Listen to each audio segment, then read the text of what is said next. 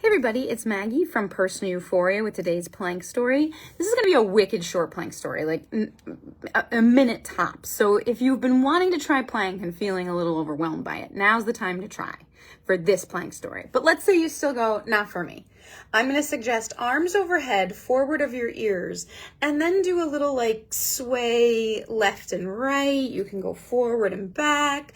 You can do a little freestyle. Just do your best possible impression of like those air guys that you sometimes see. I feel like we think of them at used car dealers, right? So you can be slow, you could be fast, but you're flowy and those arms are going through the air.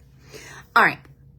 So with that, I love the musical Rent, and I would definitely recommend seeing it. But the first time I saw it, I was in high school, and I loved it. I loved every second of it. I just thought it was great.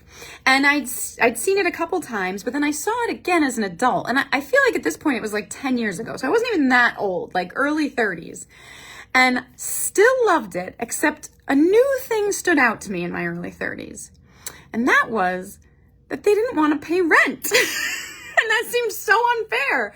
And the landlord is their friend. And he's like they're mad at him that he needs money to make his mortgage.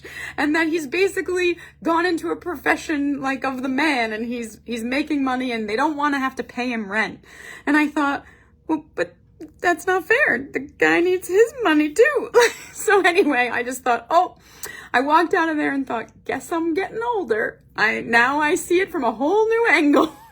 Anyway, still a great musical, and even with that thought, I would highly recommend it. I think there's a lot of valuable stuff in that musical. With that, I hope you've had a good chuckle. I hope you have a great day, and keep moving.